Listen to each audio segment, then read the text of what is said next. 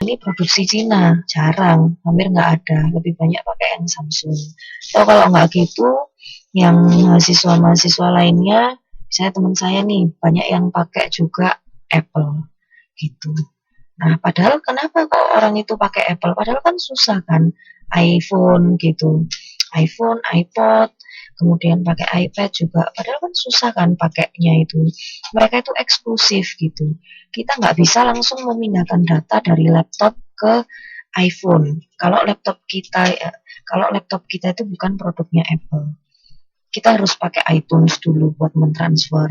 Dan kita juga nggak bisa segampang itu bluetoothan dari HP satu kemudian ke Apple. Tapi tetap Apple itu banyak dicari. Orang-orang Taiwan coba kalau nggak Samsung juga barang-barangnya iPhone kan. Nah, kenapa iPhone itu begitu dicarinya meskipun cara penggunaannya itu agak susah.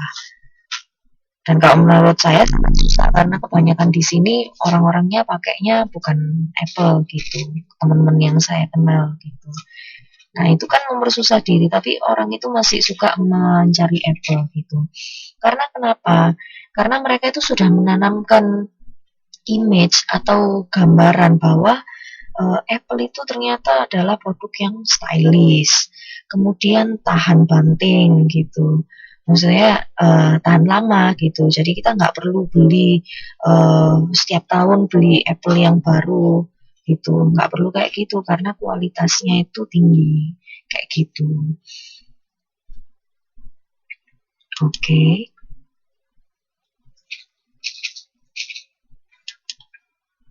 Nah kemudian ini kelewatan.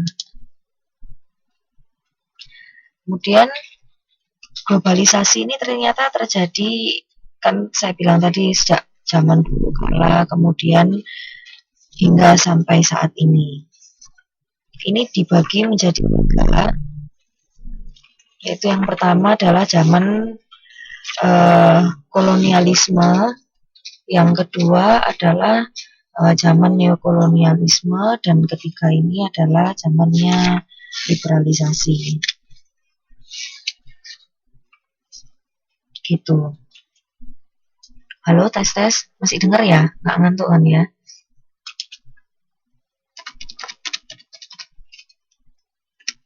Oke, lanjut. Ya, kalau zaman kolonialisasi ini bisa dilihat dulu waktu adanya perkembangan kapitalisme di Eropa, gitu. Yang saya bilang tadi bahwa kalau zaman dulu itu harus ada ekspansi secara fisik untuk memastikan perolehan bahan baku mentah.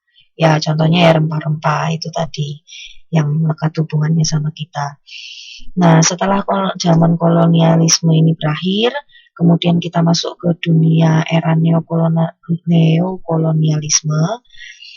Ketika inilah modus dominasi dan penjajahan itu nggak bisa lagi tentang hal-hal yang fisik aja dan secara langsung aja, tapi sudah melalui penjajahan teori dan ideologi. Yang saya bilang tadi soal pendidikan, terus habis itu masukin ideologi-ideologi tentang Barat, tentang Amerika, itu tadi adalah masuk ke era ini tadi, neokolonialisme. Sudah bukan era kolonialisme lagi. Kemudian, nah ini masih di fase yang kedua nih. Di fase yang kedua ini juga dikenal sebagai era pembangunan atau era developmentalisme. Ini ditandai dengan masa kemerdekaan negara dunia ketiga secara fisik. Jadi ini normally biasanya itu terjadi ketika Indonesia merdeka, kemudian negara-negara lain ketika itu merdeka, negara dunia ketiga yang dianggap dengan negara yang kurang berkembang, itu ketika mereka merdeka. Nah, inilah fase di mana mereka itu bakal mengalami adanya globalisasi secara secara berkembang gitu. Itu di era neokolonialisme. Dan yang berikutnya, yang ketiga ini adalah era fase yang berikutnya, yaitu fase liberalisasi.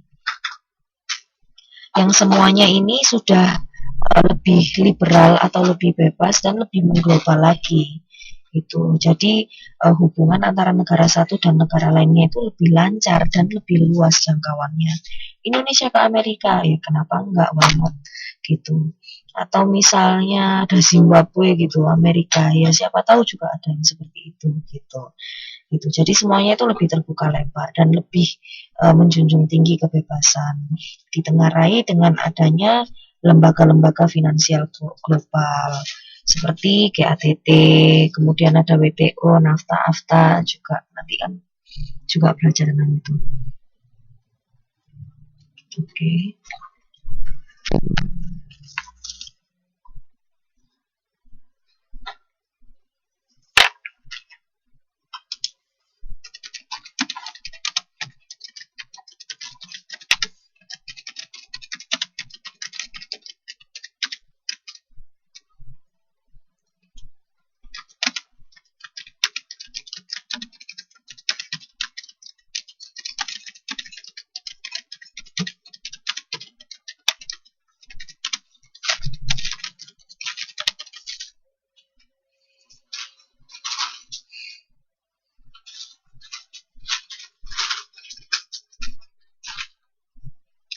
Oke. Kemudian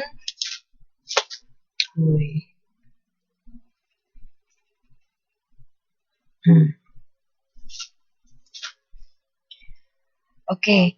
Kemudian saya tadi sudah menyebutkan beberapa negara yang kemungkinan ada terjadinya globalisasi kan. Nah, selain dari negara-negara tersebut, bisa terjadi di mana lagi kah globalisasi itu?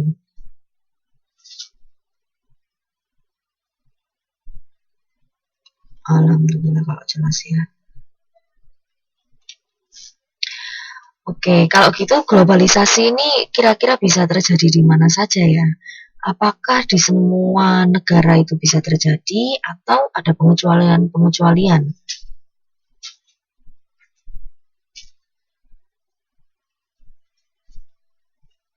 Gimana nih kalau menurut teman-teman?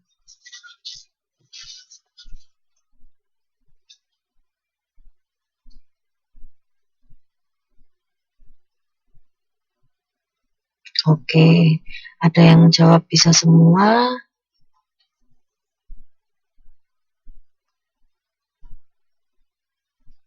Iya, betul. Jadi, basically, pada dasarnya, semua negara itu bisa terkena dampak globalisasi atau ikut serta dan aktif dalam globalisasi. Semua negara itu memiliki potensi untuk itu. Entah itu Indonesia, entah itu negara yang kurang berkembang, atau negara yang maju. Ya jelas kalau negara maju kan karena mereka punya power, punya duit, punya apapun. Nah, makanya mereka bisa dengan mudahnya mengekspansi perusahaannya atau produk-produknya seperti itu. Tapi bagaimana dengan negara yang kurang berkembang? Atau misalnya contohnya ya Indonesia aja. Indonesia pun juga bisa mengikuti globalisasi gitu. Coba kita lihat apa ini produk-produk sepeda misalnya Polygon. Polygon itu dari Indonesia loh. Tapi kemarin itu ketika ada pameran sepeda dunia yang diikuti oleh berbagai orang dari negara-negara lain, termasuk dari Taiwan karena Taiwan ini penyelenggaranya, itu Polygon ikut andil di dalam pameran dunia itu tadi gitu. Polygon ada. Kemudian apa lainnya? UKM. Kalau UKM apa ini industri yang kecil dan atau industri rumah tangga itu apakah juga bisa ikut andil dalam globalisasi? Juga bisa. Contohnya misalnya di Lamongan ya, Lamongan tempat kelahiran saya, itu kan terkenal dengan industri enceng gondoknya gitu. Jadi karena banyak apa ini perairannya, banyak ditempatin enceng gondok untuk halo tes. Ya, jadi banyak apa ini enceng gondoknya di Lamongan. Kemudian orang-orang itu memanfaatkan itu dengan cara mengeringkan, dipotong dulu dengan baik, kemudian dikeringkan, dibersihkan, kemudian dianyam dan menjadi tas. Ada juga yang menjadi apa ini alat makanan atau yang lainnya. Nah, yang seperti itu tadi, yang kerajinan lokal itu tadi diekspor gitu, diekspor ke negara apa ini ada yang ke